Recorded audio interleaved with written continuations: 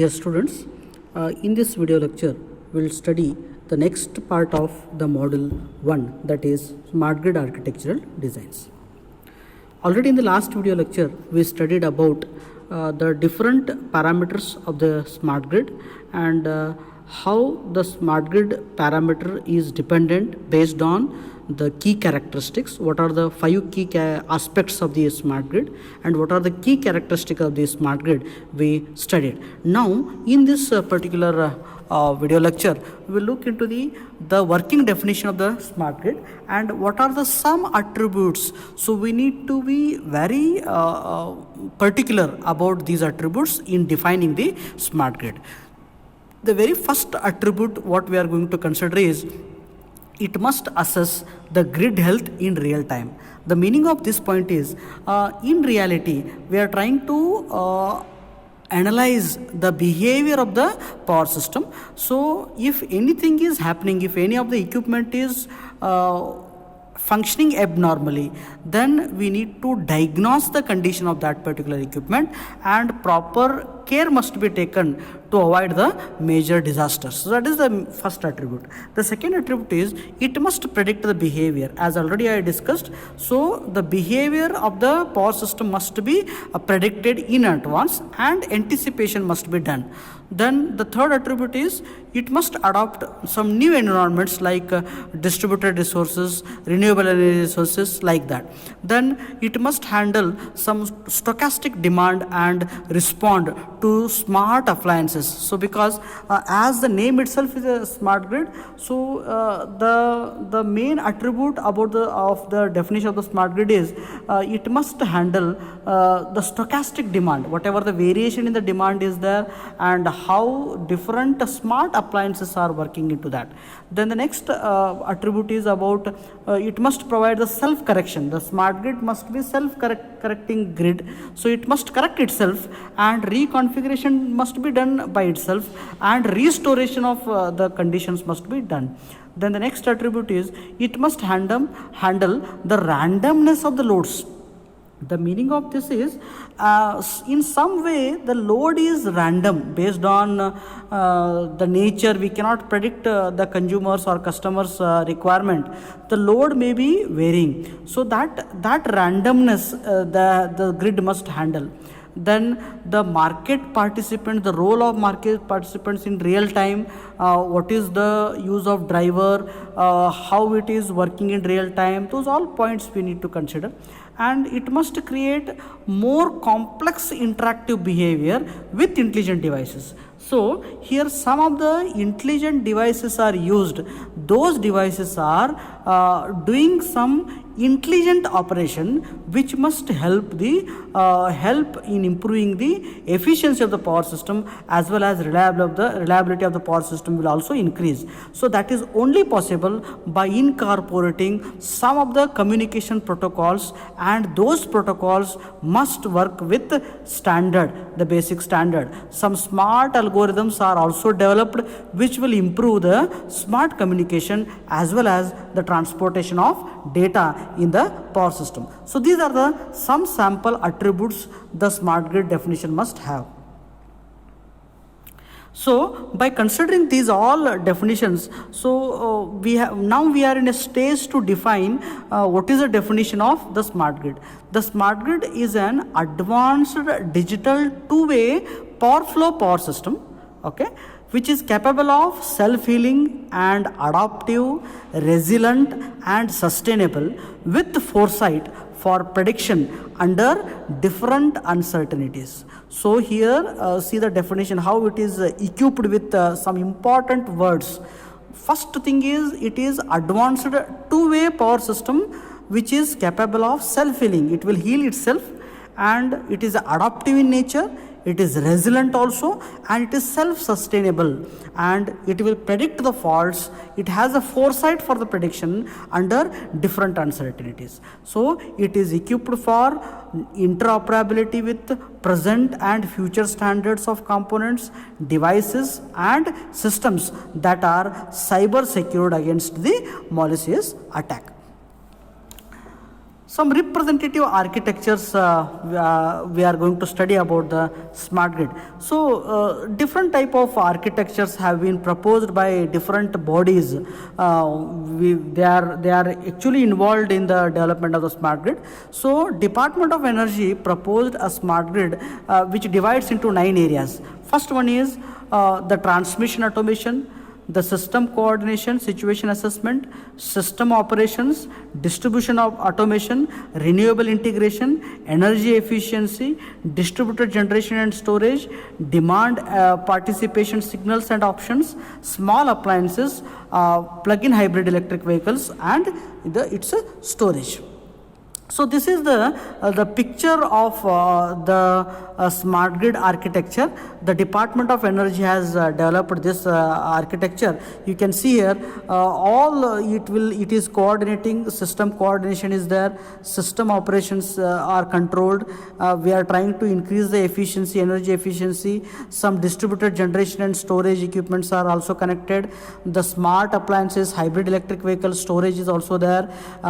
Demand participation signal, renewable integration is there, distributed automation, transmission automation. This is the one sample architecture proposed by Department of Energy for the smart grid. So this is the second architecture of the intelligent architecture, we may say, of the smart grid. So in the first figure, you can see the generation mix, where different type of generating resources are mixed together. So from that, the energy is communicating to the intelligent surfaces. So it is intelligent grid box, and it is smart consumption. Then here it is some renewables block is there. Here some new power delivery packages, and here some high level distribution automation. These all are connected to the human intelligence. So you can see here energy optimization, cyber security. So some intelligent interfaces are there. This is what the future intelligent grid, what they are trying to propose. These all things are bidirectionally communicated. So the intelligent interface, intelligent devices are communicating to the generation mix, and from the generation it is communicating. And you can see this side also, the generation mix and intelligent grid are communicating each other. The smart grid consumption and the intelligent grid are communicating each other. Like this, the fossil and renewable energy resources are communicating to the new power delivery paradigm. Like that, inside one and other are communicating. So this is one of the proposed architecture of the intelligent grid. Let us study what are the functions of smart grid components. Smart devices interface components are very much useful for monitoring and control the different parts of the generation components, so where we can generate some real-time information for the processing. These resources are needed for the operation of both distributed as well as the distinct energy systems. As far as the storage components are considered, many of the renewable energy resources are seasonable. Or if you take the solar energy, we can generate the solar energy only during the night. So only during the day. In night we cannot generate the power. So whatever the power is generated in the day, that will be stored in a storage component that is efficiently utilized whenever we need, that is in the night time. So such a type of storage requirement is there for the smart grid. And as far as the battery technology is considered, the efficiency of the battery technology must be enhanced. It must be enhanced. So by using some of the new techniques, so we are trying to handle some renewable energy resources by using some high efficient storage components. Let us look into the transmission subsystem components. These subsystem components interconnect all the major substations and the load centers. They are the backbone of the integrated power system.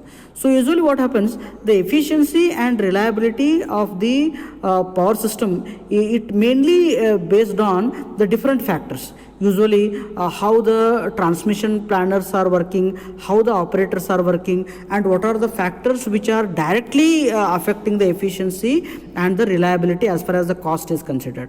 So to ensure the performance, reliability and quality of the supply, some standards we need to adopt and some strategies we need to develop to achieve the highest smart grid performance, especially in case of transmission level. Some design tools are used, some advanced technology is used, some intelligent technique is used, which can indirectly increase the performance of the grid. So real-time stability assessment is also possible, which can increase the reliability as well as the efficiency of the system by using different market simulation tools. So real-time monitoring based on the phasor measurement unit, the state estimators, sensors, communication technologies are the transmission subsystem intelligent enabling tools. They are especially used in the smart transmission system. Let us look into the monitoring and control technology component. Usually some of the intelligent transmission systems are used as a smart intelligent systems. They are self-monitoring, self-healing, easily adaptable to the different type of systems. They are predictive in nature, especially in case of generation, demand, to handle the congestion management, instability, reliability issues.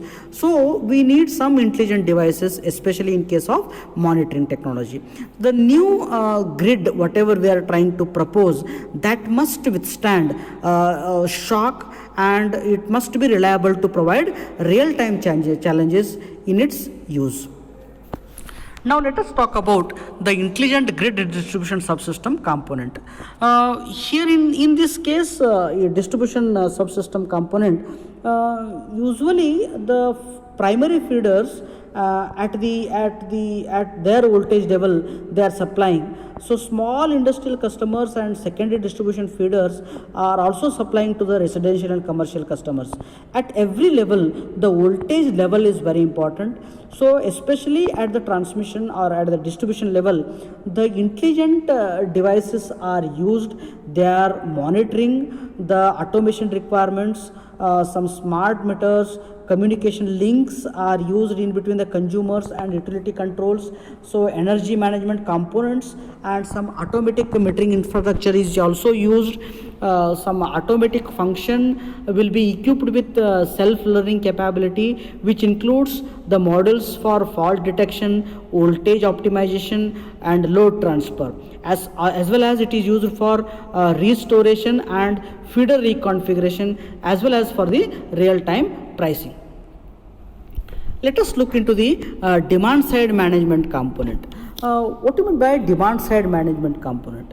See, usually what happens is the efficiency of the power system, it is basically dependent on the demand. Okay, if the demand is increasing abruptly, then grid cannot handle that demand. So to meet that particular demand, some renewables are used, so to meet the consumer demand, and you need to think about some operating expenses, whatever we are going to consider in generating the power from the renewables. So therefore the demand side management is playing a very important role, which is providing some reduced emissions in fuel production, lower cost, and which contributes to the reliability of the generation. These options have overall impact on the utility load curve. So for that, a standard protocol for the customer delivery, two-way information highway technologies are proposed, which are very much essential. They are plug and play, smart energy buildings, smart homes, demand side meters, clean air requirements, and customer interfaces for better energy emissions will be in place. So especially the demand side management component is very essential as far as the monitoring aspect of the smart grid is considered. So with this point we'll complete this video lecture. So in the next video lecture we'll talk some more aspects of the smart grid. Thank you.